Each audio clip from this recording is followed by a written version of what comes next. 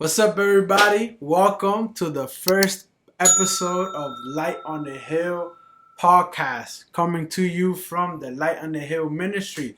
This is the young adults ministry here at the church, at Amazing Church.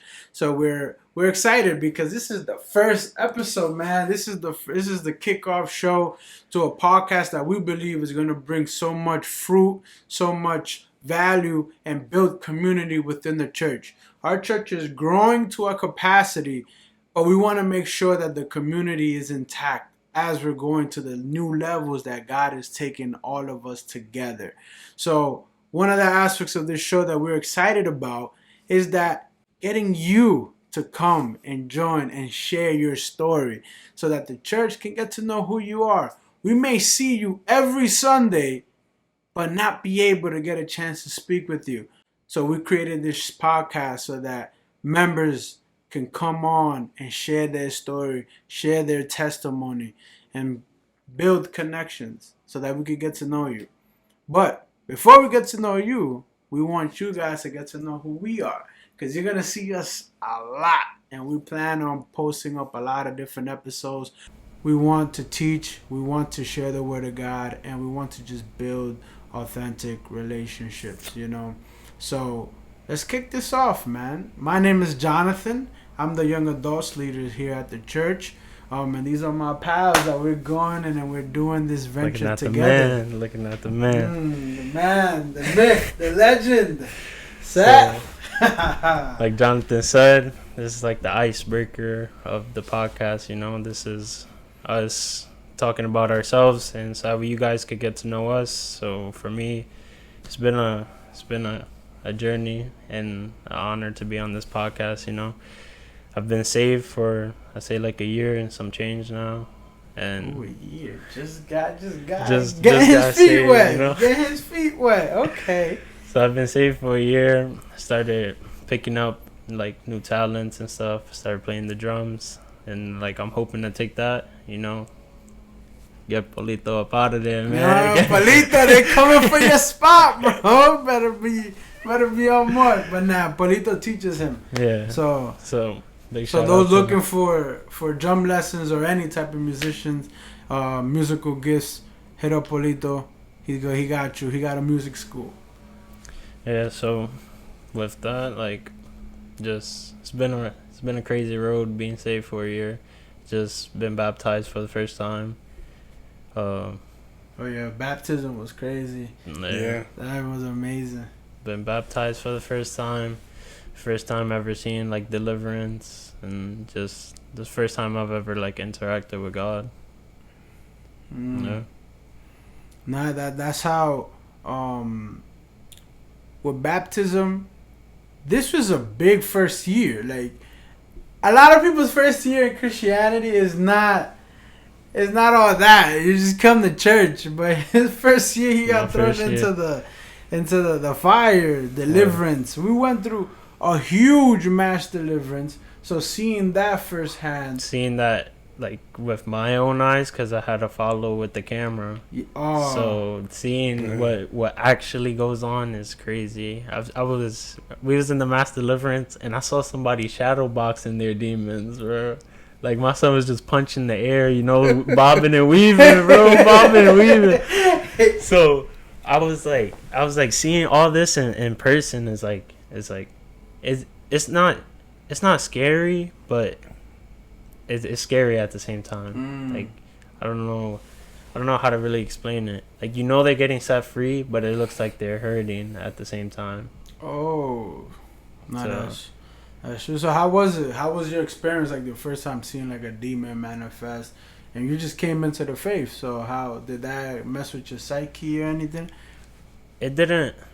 It looked like it's when you look at them before and then you look at them after, you realize what deliverance is. Like, you look at them before, they're broken, but when they leave, they're crying, but those tears are because they're getting set free. So when you look at deliverance, it's all about your perspective on how you look at it. So the way I look at it is like this is their way. Like, even if it's screaming, crying, throwing up, boogers, everything, it's it's about how you look at it. Like this person is fighting their demons to be set free and get closer to the Lord, and so I think deliverance is cool.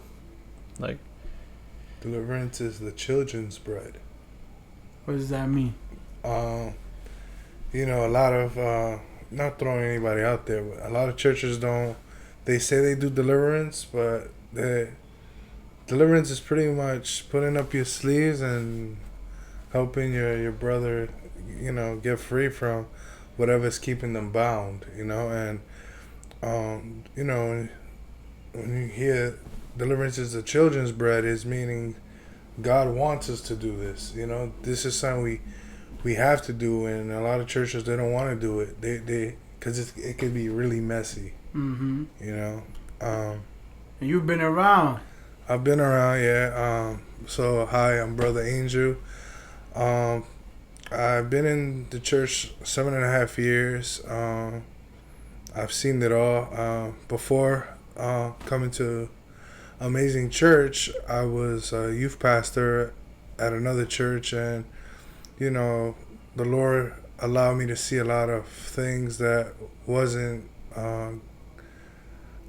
gratifying Him, and I seen a lot of corruption in the church, and it was really tough. And I have family members in this church as well, and you know, I just let the Lord guide me in helping them take them away. It was so easy. You know, people say, "Oh, expose the pastor, expel," but what you gotta understand is that had I exposed the pastor, there's people there that would have been lost. You understand, and probably wouldn't want to do this church thing anymore, or you know. So you know, long story short, I knew my time there was up, and you know, I met Apostle at a all men's conference, and we spoke for hours. He said we spoke on a Friday night, and then Sunday he said, "Hey, come to my church," and I've been there since. It's going on 8 years, and it's the best move I've ever done. You know, even through my ups and downs, I'm excited that I'm in this church. I've witnessed a lot of things.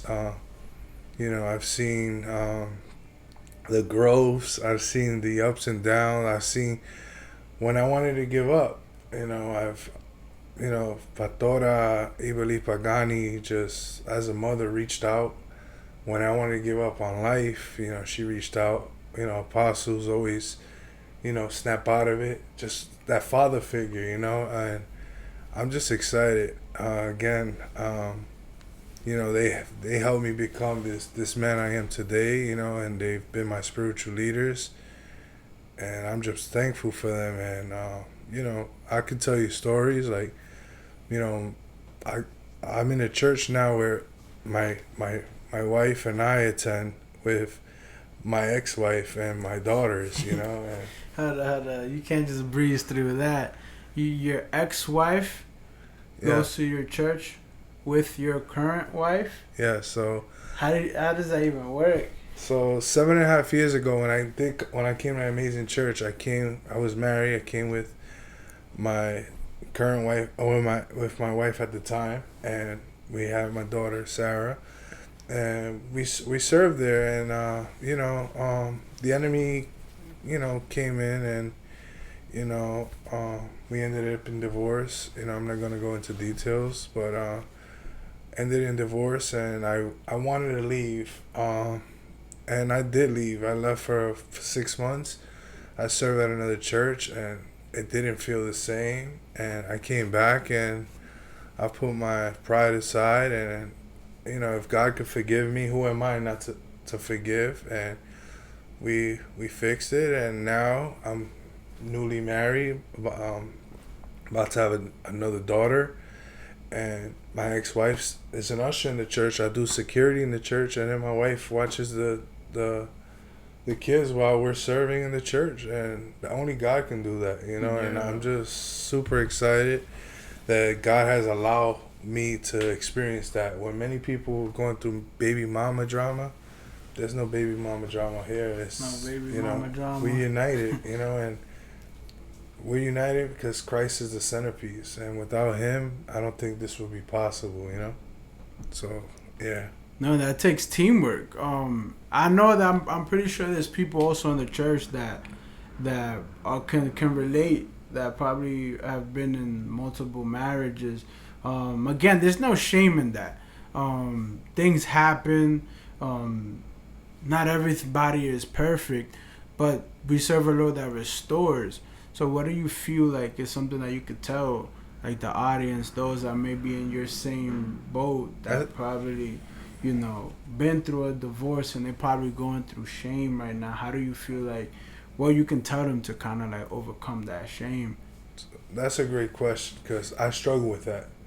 Obviously, as being apostles, armor bearer, me traveling, and after an amazing service, the church that hosts us will go to dinner, and they ask you,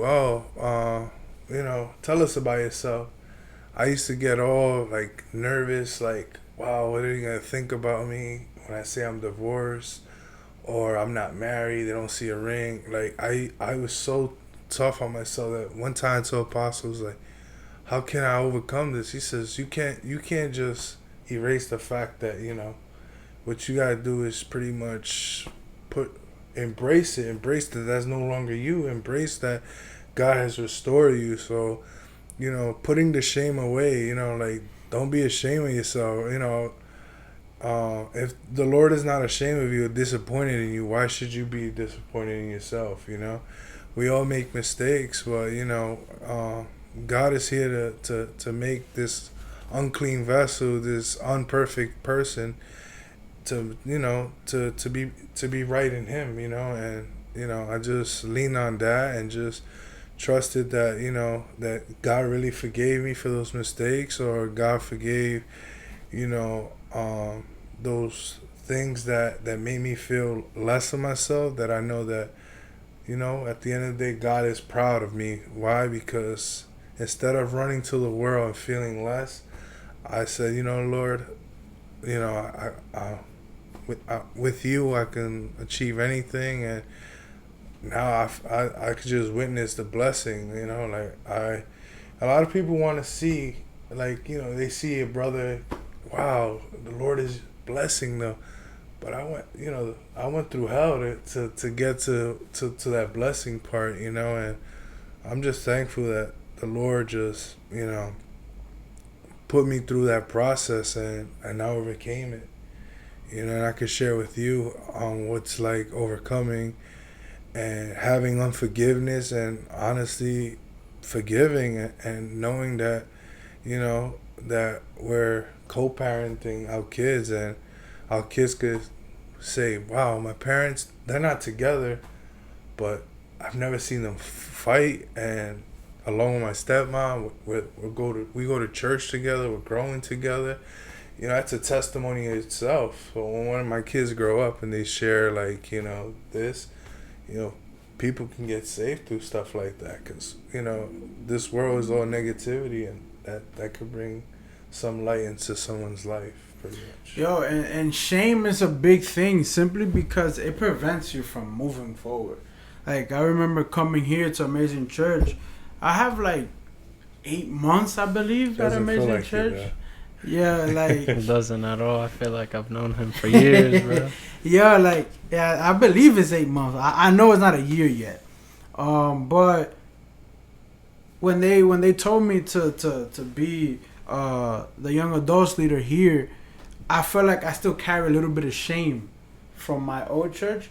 I was a leader there, but coming to Amazing Church, I still felt like a shame of like, I kind of like defeated, like, I didn't succeed how I wanted to in my old place. I didn't do the things that I set out to do, and there was like this guilt, this shame, like, I'm leaving behind like all these different people that were counting on me, that were looking up to me, and it was such a battle. Like, yeah. I was just like, man, like, taking this means I'm literally betraying like them, or I'm literally leaving them behind.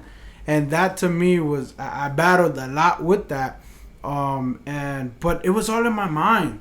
That's the thing with shame, that is literally all in my mind. Like, people have forgiven me. People have, you know, they still love me. But When you it's don't in feel your like that, mind, yeah. yo. When the enemy attacks your mind, he uses shame to try to get to you, to try to stop you from moving forward. And man, I'm glad that you were able to get over that and actually build a relationship with your ex-wife. Makes it more easier for your kids. Yeah. It made it more easier for your kids, man.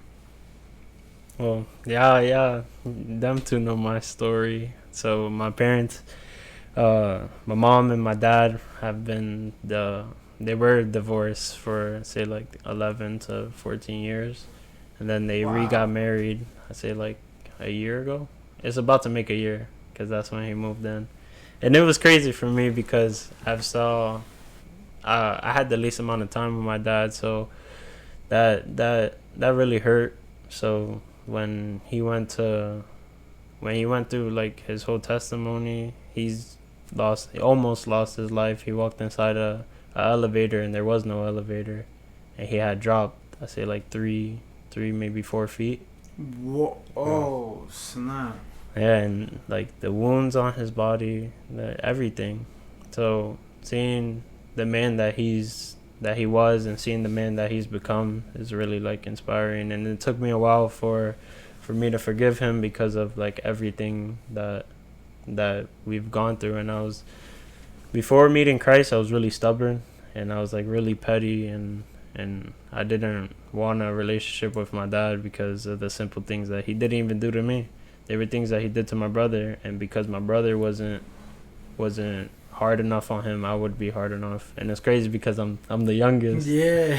I'm the youngest, so I was like, I was always telling him like, I'm never gonna forgive you, and like you're never gonna be that father figure in my life because there's nothing you could do to restore that broken. But whatever I was saying was a lie, you know. But God. Yeah, You so know? it hurts talking about it sometimes because I realize what I went through and like what I've done to him. But then I've learned to like forgive, and I realized that we both forgave each other. So forgiving him was a process, but now forgiving comes easy, you know. So telling people like, yo, I forgive you, and telling them like it's okay to like forgive, you know. Like you don't always gotta hold that grudge. You don't always gotta, I'm not gonna forgive you because you did this. You can always forgive because if Jesus did it, then why can't you, you know? Yes. Yeah, so we see like in the church, like divorce is kind of something that you know, the Lord has given like a gift or an anointing to restore. Here in the church, I'm noticing since I've been here, a lot of marriages have gone through a lot of difficulties, but they have pushed through. They have made it through, and you know his parents are a testament to that. And man, I remember when I met your dad, and he would tell me, he was like, "Yo, man, happy wife, happy life, man. Just make sure she's good." He was telling me, I remember he was like, "Yo, people tell me, yo, why you always let her just be? Like, you gotta tell her something." And he's like, "Nah, man." Yo, I'm telling you, he's like the most basic person you'll ever meet. Like he eats Lay's originals. Like he eats Lay's original Those are chips. amazing. What do you like? Lay's No originals? flavor. He's so basic, I'm salt and vinegar. I like salt and vinegar. he's mad chill with everything. Like my mom and him be arguing. He'd be like, "All right, okay," and go back right to the couch. But in the car, like when it's me and him, yo, she get me mad, man. And I look at him, I'll be like, "You gotta say something." He's like, "Nah, I'm scared and stuff, bro." Cause my mom is like what 5'1", but with the attitude of a 7'6" person, you know. We love you, Amy. We love you. But it's crazy. Your family has truly blessed a lot of people. Your sister doing the lives, your sister taking my daughter under her wing during classes. Yeah, I know that my daughter's in the new beginners class taking notes and asking a lot of these Oh, I questions. didn't know. So when Pastor Ronnie was giving the class, so my daughter did every class. She did 1 week with advanced, one with Pastor Gretchen in intermediate, and she did beginners. And she stood at beginners. She was like, Pastor Ronnie's amazing. Like, see your daughter 8 years old taking notes and asking you questions, and I'm like, wow, like, I made the right decision. Being here, like, seeing my daughter hungry for God, like 8 years old, like, hey dad, what does this mean? And me having the opportunity to share that with her. But like I say, your sister just taking her under the wing during class. She had a question, helping her if she missed a Bible verse. Those Bible verses she'll bring them to me, and we'll go over them and have her. What did you get from that? Or Well, she's on fire for that. Yeah, She's Sierra's hungry. really for changed that. a lot.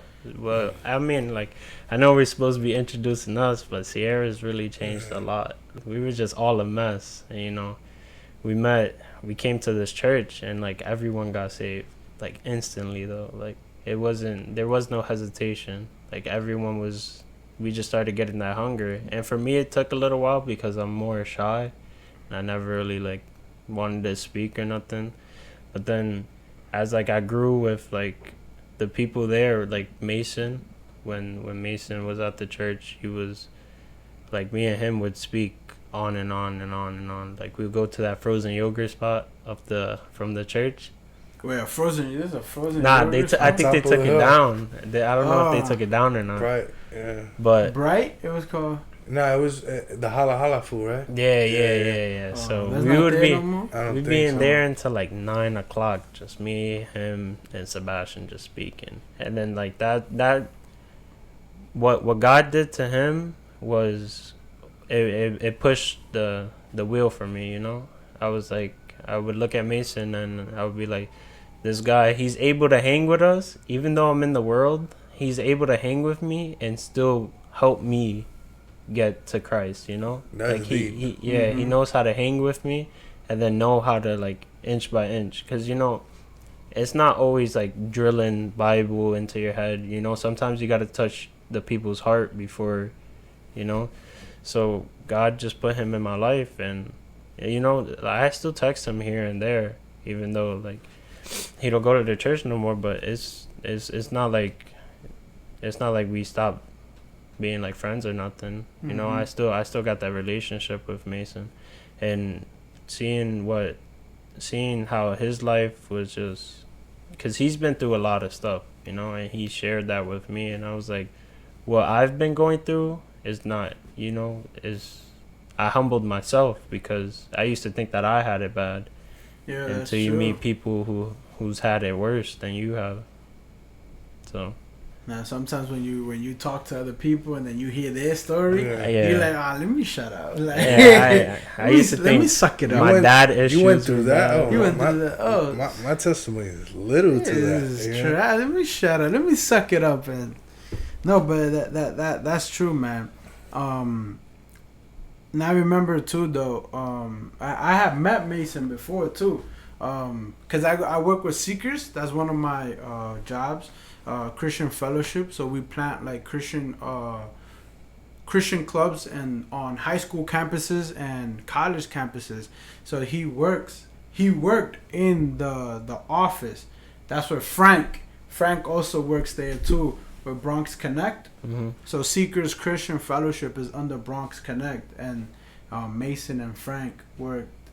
Frank still works there, but Mason used to work there too. So I remember I met Mason there, and then when I came to the church to visit, once I saw Mason, I was like, "Yo, what you doing here, bro?" Yo, And- Mason's real chill. Yeah, and then like 3 weeks into me visiting, that's when I bumped into Frank. I was like, "Yo, Frank, what you doing here?" And he's like, "Oh, this is my church." I was like, "Oh, where?" I was all right. And Frank, he's a cool guy too, man. Really chill guy. But transitioning to the church, I came here because my wife, she's the worship leader, Sid Marie. She's one of the worship leaders, and coming here was like when you leave a church, you kind of go through that period of you don't want to be in church, like You want to just take it easy. You want to like, all right. You want to be discipled. Yeah, right? Like you Fresh just start. Yeah, and so coming here, it was legit. I can say it was a breath of fresh air. Like being in this church, I was able to. I feel like the Lord rebuilt that love in me to inviting people to church. Amen. Like I've been able to, when people say, "Yo, I want to go to church," and now I've been able to say, "Yo, come." Yo, I tell all my friends like it's amazing to be able to just invite people and not be scared. Yeah, like for some reason, like in my past church, I never told my friends. They just caught on and they realized like, yo, every Sunday he goes missing. You're a church boy. Church boy. So after, no, I'm not. No, I'm not. when we came here, I'll be in the PlayStation party and it'd be like friends that like really go through it. Like they got nothing else but like the gang that they're in, you know? So I'll be telling them, I'll be like, yo, I go to church, bro, and it'd be mad lit in there, bro. You should come. And they'd be like, yeah, but they be fronting. But the fact that you're able to the fact that I'm able. I spent like 5-6 years You're that the I wasn't light able on that to. hill. You're the light on that hill. Oh, yo, that's a pun intended. That's a pun intended. Because a ministry called Light on the Hill, we are on Gun Hill, so we're the light on top of that hill. You 500 IQ, yeah. Catch But that light on the hill. What I like about the three of us is that we come from 3 different backgrounds. You know, I'm the married guy that have kids. You're the newly married guy, and you're the young single guy. You know, He's single, guys. and you know, we bring mothers and we got daughters. You know. No, and definitely. So we're excited for everything moving forward with the podcast and how the Lord is going to use this as a platform to showcase people's talents, gifts, and build community. The church is growing and is growing fast, but we want to make sure that nobody stays behind or falls between the cracks. Join the podcast. If you see us in church and you have a story to tell, just come to us. Come to us. Man. Say what's up, and we can bring you on the show, and you can share your story. We want to get to know who you are, and also we want to be touching on different types of topics, bringing in other guests to enlighten us on different aspects and different points of view that will help all of us grow. Also, the many entrepreneurs in our church. Oh yes, we'll be sharing as well on this podcast. So if you're an entrepreneur, hit us up, and we would love to have you on. Share your product or whatever it is that they do. Eden's floor. Ooh, yeah, Eden shout out. Yo, so my mom started her business, her candles, soaps, body scrubs, lip glosses. There you go. It's crazy, man. It's crazy, I've been trying to, pick one out the box, but nothing goes my way. And with the soaps, nothing goes my way. I've even created my own soap. Oh, now you gotta bring that on. I have to pay for my own soap. Oh, now you gotta bring your soap on. You gotta. I made my own soap. on the hill. Yo, I don't even get like a Sun discount. Oh my god. I gotta pay full price. Come on, Amy, give him a discount. Amy. Yo, word. Like I get no discounts from this at all. And I made it. I made it. She even said, I made one of the best colors for her. I did, this bluish green. I was like...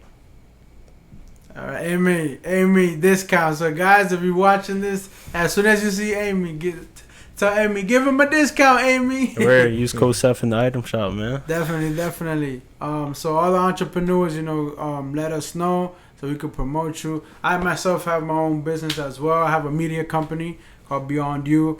We do photography and videography. I know my brother here does shirts. Look at that right here. Light on the hill right there. And I also do financial education. There you go. Life insurance. Life insurance. How to help you get out of debt a lot faster using the same amount of money. And a lot of other things. But we could always... pull a separate date on that as well. Damn, I got a business on getting people saved. Amen. Yes. I think we all got that in the church. Fisherman. Amen. A fisherman. There you go.